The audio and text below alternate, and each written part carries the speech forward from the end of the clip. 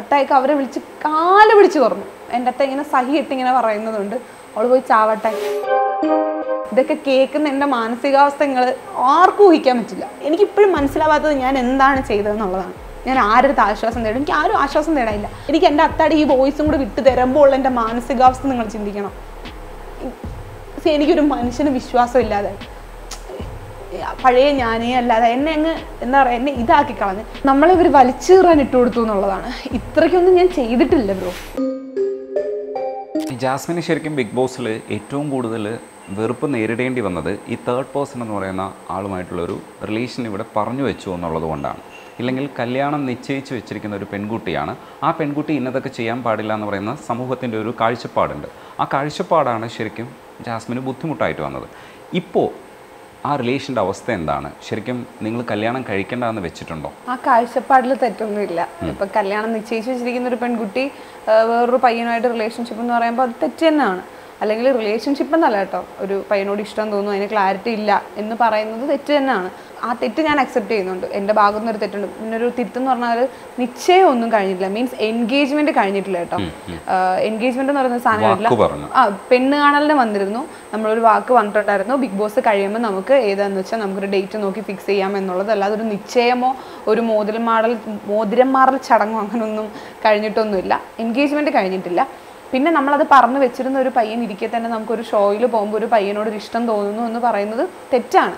അത് സമൂഹത്തിൻ്റെ കണ്ടല്ലോ. ഇപ്പം ഞാനായിരുന്നു ഒരു തേർഡ് പേഴ്സൺ, ഞാനൊരു വേറൊരു പെൺകുട്ടിയുടെ ഒരു അവസ്ഥയാണ് ഞാൻ ഇങ്ങനെ കാണുന്നെങ്കിൽ എൻ്റെ കണ്ണിലും ഉറപ്പായും ആ പെൺകുട്ടി തെറ്റുകാരി തന്നെയാണ്. ഒരിക്കലും അത് ന്യായീകരിക്കുന്നില്ല. പക്ഷേ എൻ്റെ കാര്യം എന്ന് പറഞ്ഞാൽ അത് തെറ്റാണെന്ന് ഞാൻ അക്സെപ്റ്റ് ചെയ്യുന്നുണ്ടെങ്കിലും എൻ്റെ സിറ്റുവേഷൻസ് എന്നെ എനിക്കറിയില്ല, എൻ്റെ അവിടുത്തെ സാഹചര്യം എന്നെ ആ ഒരു ഇതിലോട്ട് കൊണ്ടെത്തിക്കായിരുന്നു. ഞാൻ കൺഫ്യൂസ്ഡ് ആയിപ്പോയി എന്നുള്ളതൊരു സത്യമായിപ്പോയി. ഇപ്പോൾ ആ റിലേഷൻ്റെ ഇപ്പോഴത്തെ അവസ്ഥ എന്താണ്? ആ റിലേഷൻഷിപ്പിന് നടക്കില്ല. കാരണം ആ പയ്യൻ ഒരുപാട് സ്ട്രഗിൾ ചെയ്തു എന്ന് പറയുന്നത് ഞാൻ റെസ്പെക്റ്റ് ചെയ്യുന്നുണ്ട്. കാരണം അതിനകത്ത് ഇത്രയും പ്രൊജക്റ്റ് ചെയ്യാൻ കൂടെ ചെയ്യുന്നുണ്ട്, ബാക്കി കാണിക്കുന്നില്ല. ഞാൻ ഓപ്പണായിട്ട് പറയുകയാണ്, ആ ഷോ പല രീതിയിലാണ് എന്നെ കാണിച്ചിട്ടുള്ളത്. പിന്നെ നമുക്ക് ആ ഷോയെ ഒന്നും പറയാൻ പറ്റില്ല. കാരണം അവരെനിക്ക് ഡെയിലി വേജസ് തരുമ്പോഴും നമ്മൾ അതിനകത്തിരുന്ന് അറിയുന്നില്ലല്ലോ ബ്രോ. അപ്പം എന്താ, എനിക്ക് കുഴപ്പമില്ല എന്നുള്ള രീതിയിലാണ് ഞാൻ നിൽക്കുന്നത്. അല്ലെങ്കിൽ ഇപ്പം ഞാൻ ഇങ്ങനെ നിൽക്കില്ലല്ലോ, പോട്ടെ സാരമില്ല. അപ്പോൾ ആ ഷോ പ്രൊജക്റ്റ് ചെയ്തിട്ട് ആ പുള്ളി കുറേ എനിക്ക് വേണ്ടി നിന്നു എന്നുള്ളതൊരു സത്യമാണ്. പക്ഷേ കുറേ ആൾക്കാരുടെ മാനിപ്പുലേഷൻ കാരണം, അല്ലെങ്കിൽ ഞാൻ വിശ്വസിച്ച് പോയ ആൾക്കാരാണ് കേട്ടോ. ഞാൻ കണക്ട് ചെയ്ത് കൊടുത്തിട്ടുള്ള ആൾക്കാരുടെ തന്നെ അവരുടെ പൈസയ്ക്ക് വേണ്ടിയിട്ടുള്ള അവരുടെ കുറച്ച് മോണിറ്ററി ബെനിഫിറ്റ്സിന് വേണ്ടിയിട്ട് പല രീതിയിൽ, അത് ഈ വ്യക്തിയെന്ന് മാത്രമല്ല എൻ്റെ കുടുംബത്തെ ഉൾപ്പെടെ അവരൊരുപാട് ഉപയോഗിച്ചു, ഒരുപാട് തരത്തിൽ അവരുപയോഗിച്ചു. ഈ പയ്യനെ ഇപ്പം തന്നെ ഒരുപാട് രീതിയിൽ അവർ യൂസ് ചെയ്തു. കുറേ സാധനങ്ങൾ ഇവർ പുറത്ത് വിടുകയും ഇതാക്കിയൊക്കെ ചെയ്യുമ്പോൾ, ഇപ്പം വയൽക്കാട് വന്നപ്പോൾ പോലും ഇങ്ങനെ വോയിസ് വിട്ടെന്ന് പറയുമ്പോൾ നമ്മൾ ചിന്തിക്കും എന്തിന്. ഓൾറെഡി ഞാൻ ഇവിടുന്ന് പറഞ്ഞിട്ട് പോയൊരു കാര്യമുണ്ട്, ആ ഷോ എന്താണെന്ന് നമുക്കറിയില്ല. അതിനകത്ത് പോയി കഴിഞ്ഞ് ഇനിയിപ്പോൾ എന്താണെങ്കിലും ഞാൻ തിരിച്ചു വരും. ഈവൻ ഞാനിപ്പോൾ ഇത്രയും ഇത് കഴിഞ്ഞിട്ട് ഞാൻ തിരിച്ചു വരുവാണെങ്കിൽ ഞാൻ കാല് പിടിച്ചു വരെ എനിക്ക് സോറി പറയാനോ, അല്ലെങ്കിൽ കാരണം കാണുന്ന ആൾക്ക് ഉറപ്പായും ഇത് തെറ്റ് തന്നെയാണ്, ഉറപ്പായും തെറ്റ് തന്നെയല്ലേ, അത് നമുക്കൊന്നും പറയാൻ പറ്റില്ല. അപ്പം ഇതിനൊക്കെ ഞാൻ തയ്യാറായിരുന്നു, അല്ലെങ്കിൽ എന്താണെങ്കിലും ഞാൻ അതിന് തയ്യാറായിരുന്നു. പക്ഷെ എന്താണെന്ന് വെച്ചാൽ നമ്മളിവർ വലിച്ചേറാൻ ഇട്ട് കൊടുത്തു എന്നുള്ളതാണ്. ഇത്രയ്ക്കൊന്നും ഞാൻ ചെയ്തിട്ടില്ല ബ്രോ. ഞാൻ എനിക്ക് കൺഫ്യൂസ്ഡ് എന്ന് പറയുന്ന, അല്ലെങ്കിൽ ആ ഒരു ഇഷ്ടം എന്ന് പറയുന്നത് എന്നെ സാഹചര്യം കൊണ്ടെത്തിച്ചു, അല്ലെങ്കിൽ എനിക്കതിനൊരു ഡെഫിനിഷൻ ഇല്ല എന്നുള്ളതൊരു സത്യവും അവിടുത്തെ കുറേ പ്രാന്തുമാണ്. അത് ഇവരെ കാണുന്ന രീതിയിൽ ഇവർ സ്ട്രഗിൾ ചെയ്യുന്നുള്ളതിനെ ഞാൻ റെസ്പെക്ട് ചെയ്യുന്നു. പക്ഷെ ഒരു പരിധി കഴിഞ്ഞപ്പോൾ ഇവർ ചെയ്തത് ഈവൻ പേഴ്സണൽ ചാറ്റ് ഉൾപ്പെടെ പുറത്ത് വിടുക, അല്ലെങ്കിൽ വന്നിരുന്ന് പച്ച നുണ വിളിച്ച് പറയുക, അല്ലെങ്കിൽ അത് ചെയ്തു ഇത് ചെയ്തു. ഇതിനകത്ത് എൻ്റെ വാപ്പ റീഎൻട്രി ചെയ്തപ്പോഴാണ് ഈ പുള്ളിയുടെ വേറൊരു വീഡിയോ പിന്നെ സെക്കൻഡായിട്ട് വരുന്നതെന്ന് ഞാൻ അറിയുന്നത്. എനിക്കറിയില്ല, കുറേ എന്തൊക്കെയൊക്കെയോ പറയുന്നുണ്ട് ഇവിടെ. അപ്പം ഇതിനകത്ത് കയറാൻ നേരത്തെ എൻ്റെ അത്ത ഇവരോട് ചോദിക്കുന്നുണ്ട്. പുള്ളി എനിക്ക് വാങ്ങുന്ന ഒരു ടെഡി ബിയറാണ് കേട്ടോ എന്നെ തന്നുവിട്ടെ. അപ്പോൾ ഈ ടെഡി ബിയറിനകത്ത് നിൻ്റെ പേര് പറയണോ, നിൻ്റെ പേര് പറയാമോ എന്ന് ചോദിക്കുമ്പോൾ ഈ പുള്ളിയാണ് പറഞ്ഞോളൂ എന്ന് പറഞ്ഞത്. പക്ഷേ ഇതിൻ്റെ അകത്ത് വന്ന അത്ത ഈ പേര് പറയുന്നത് ഞാൻ നാക്കുമ്പോൾ അത്ത ഇങ്ങനെ ഉമ്മായോ ആരോ നാക്കുമ്പോൾ അത്ത ഇങ്ങനെ പറയുന്നുണ്ട്, നിന്റെ പേര് പറഞ്ഞാൽ എന്താ? കാരണം ഈ പുള്ളി പറഞ്ഞ വാക്കിൻ്റെ ബലത്തിലാണ് എൻ്റെ അത്ത അവിടെ എന്ത് ചെയ്യുന്നത്, പേര് പറയുന്നത്.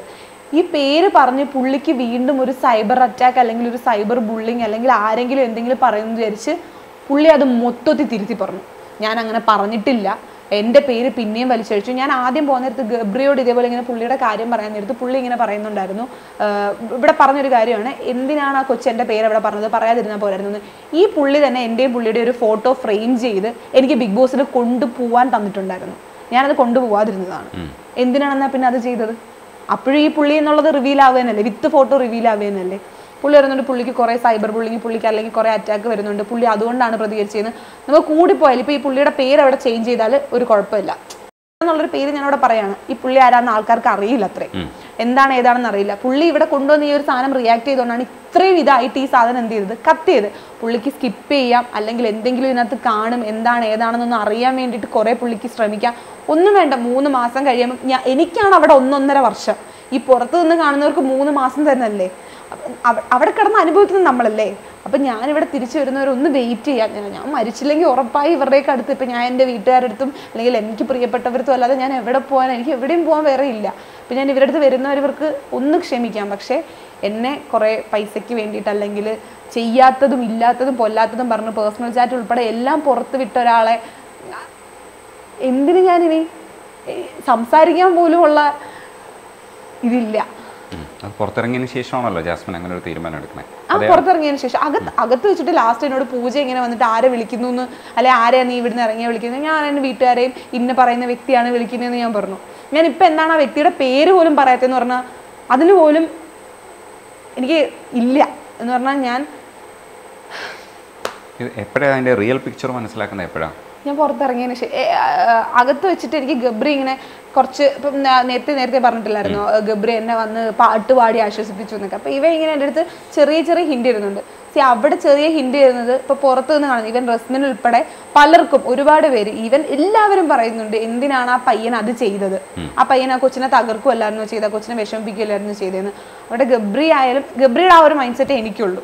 ഞാനിത് ഒരിക്കലും അവനെ ഇതാക്കി പറയുന്നതല്ല. പക്ഷെ എനിക്കവിടെ കപ്പ് അല്ലെങ്കിൽ എനിക്കവിടെ 50 ലക്ഷം അല്ലെങ്കിൽ എനിക്കവിടെ ഒരു ഫസ്റ്റ് എന്നുള്ളതിനെ കഴിയും എനിക്ക് ഏറ്റവും കൂടുതൽ വലുത് എൻ്റെ മെൻ്റൽ സ്റ്റേറ്റ് ആണ്.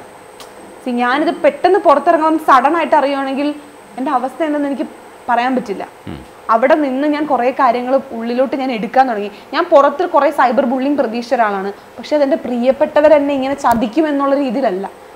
നീ ചെയ്തത് ചതിയല്ലേന്ന് ചോദിക്കാൻ ഞാൻ എൻ്റെ ഭാഗത്ത് തെറ്റുണ്ട്, പക്ഷെ അത് ഇങ്ങനെ ചതിയല്ല, ഇത് ചതിയാണ്.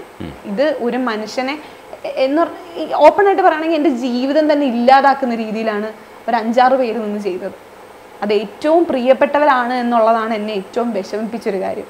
അതെനിക്ക് അവൻ അവിടെ നിന്നൊരു ഹിൻഡ് തന്നതുകൊണ്ടാണ്, അല്ലെങ്കിൽ അവൻ എന്നെ ഒരു ഇതൊന്ന് ഓക്കെ ആക്കി എടുത്തുകൊണ്ടാണ് ഞാൻ പുറത്തിറങ്ങിയിട്ട് ഇപ്പം ഇങ്ങനെ നിൽക്കുന്നത് പോലും. ബാക്കിയുള്ളവരുടെ കണ്ണിൽ തെറ്റായിരിക്കും, പക്ഷെ അതിങ്ങനെയാണ്. അപ്പം ഇനി എനിക്ക് ആ പുള്ളിയോട് എന്താ പറയുക, അത് ഒന്ന് പറഞ്ഞു തീർക്കാനോ അല്ലെങ്കിൽ അതെനിക്കൊരു ഇതാക്കാനോ എനിക്ക് താല്പര്യമില്ല. ഞാൻ ആദ്യം പുള്ളിയോട് മിണ്ടുന്നേലെന്ന് വിചാരിച്ചിട്ട് ഞാൻ ചോദിച്ചു എന്തിനാണ് ഇതൊക്കെ ചെയ്തു കൂട്ടിയെന്ന് ചോദിച്ചപ്പോൾ അത് നീ അവിടെ വെച്ച് ഇങ്ങനെ പറഞ്ഞില്ലേ. അപ്പോഴും എനിക്ക് ആ പ്രണയത്തിലെത്തത് പിടിച്ച് നിൽക്കുകയാണെന്ന് ഞാൻ പറയുന്നത് എൻ്റെ സത്യവും എന്തുകൊണ്ട് ഞാൻ അങ്ങനെ പറയുന്നു, ബിക്കോസ് ഈ പുള്ളി പുറത്തുള്ളത് കൊണ്ടൊക്കെയാണ്. പിന്നെ ഞാൻ കൺഫ്യൂസ് ആയിപ്പോയത് എൻ്റെ മൈൻഡിൻ്റെ ഒരു ഇതാണ്, ആ വീടിൻ്റെ ഒരു ഇതാണ്. ഇത് കഴിയുമ്പോൾ എനിക്ക് വേണ്ടി ഒന്ന് വെയിറ്റ് ചെയ്യാം. പുള്ളി ആദ്യം ഒരു പോസ്റ്റ് ഇട്ടു, ഓക്കെ ഫൈൻ, പിന്നൊരിത് ഇട്ടു, ഫൈൻ, എന്നിട്ട് നിർത്തണില്ല. ഒന്ന് നിർത്തണ്ടേ, ഇത് നിർത്തണില്ല. എൻ്റെ അത്തേൻ്റെ അടുത്ത് പറഞ്ഞതാണ്, അത്തായിക്ക് അവരെ വിളിച്ച് കാല് പിടിച്ച് പറഞ്ഞു. ഈവൻ എൻ്റെ ആദ്യത്തെ റെക്കോർഡ് തൊട്ട് എന്ന് പറഞ്ഞാൽ എൻ്റെ അത്തായും ഉമ്മായും സംസാരിക്കുന്ന തൊട്ട് ഈവൻ എൻ്റെ അത്താടെ ഒരു വോയിസ് ക്ലിപ്പ് വരെ എനിക്കിപ്പോൾ ലാസ്റ്റ് അയച്ചു തന്നു. എൻ്റെ അത്ത ഇങ്ങനെ സഹിയിട്ട് ഇങ്ങനെ പറയുന്നതുകൊണ്ട് അവൾ പോയി ചാവട്ടെ. ഇതൊക്കെ കേൾക്കുന്ന എൻ്റെ മാനസികാവസ്ഥ നിങ്ങൾ ആർക്കും ഊഹിക്കാൻ പറ്റില്ല, ഒരു കുഞ്ഞുങ്ങൾക്ക് ഊഹിക്കാൻ പറ്റില്ല. അപ്പം എനിക്കിപ്പോഴും മനസ്സിലാവാത്തത് ഞാൻ എന്താണ് ചെയ്തതെന്നുള്ളതാണ്. അതിനകത്ത് ഞാൻ ചെയ്ത ഒരുപാട് നല്ലതുണ്ട്, അത് പുറത്ത് വന്നിട്ടില്ല. അല്ലെങ്കിൽ ഒന്നും ആരും അറിഞ്ഞിട്ടില്ല, അല്ലെങ്കിൽ ഷോ ഇങ്ങനെ എന്നെ പ്രൊജക്റ്റ് ചെയ്ത് ഞാൻ ആരോട് പരാതി പറയും, ഞാൻ ആരുടെ ആശ്വാസം തേടും? എനിക്ക് ആരും ആശ്വാസം തേടാനില്ല.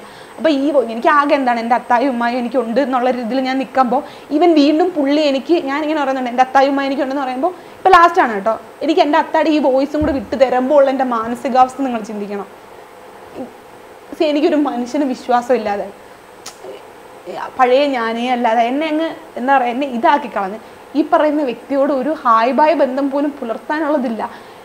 ഇപ്പം ഇതൊക്കെ പറയുന്നുണ്ട് കുറേ പേരെന്നോട് ആ പുള്ളി മാനസികപരമായി കുറേ ബുദ്ധിമുട്ട് ഏർപ്പെട്ടു, അതിട്ടു.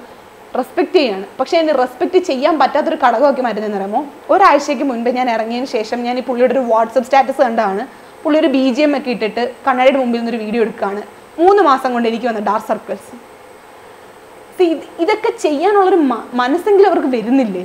ഒന്നുമില്ലെങ്കിൽ ഒരു നല്ലൊരു ഷർട്ട് എടുത്തിട്ട് അല്ലെങ്കിൽ ഇതെടുത്തിട്ട് ഇവർക്ക് വന്നിരുന്ന് ഈ ക്യാമറയുടെ മുമ്പിലിരുന്ന് ഘോരം പ്രസംഗം, എനിക്കതില്ല. എനിക്ക് ഒന്നിനുള്ള മാനസികാവസ്ഥ ഇല്ല. അത്രയും എന്നെ ഇതാക്കി കളഞ്ഞു എല്ലാവരും ഇവിടെ. പിന്നെ എന്താണ് ബ്രോ?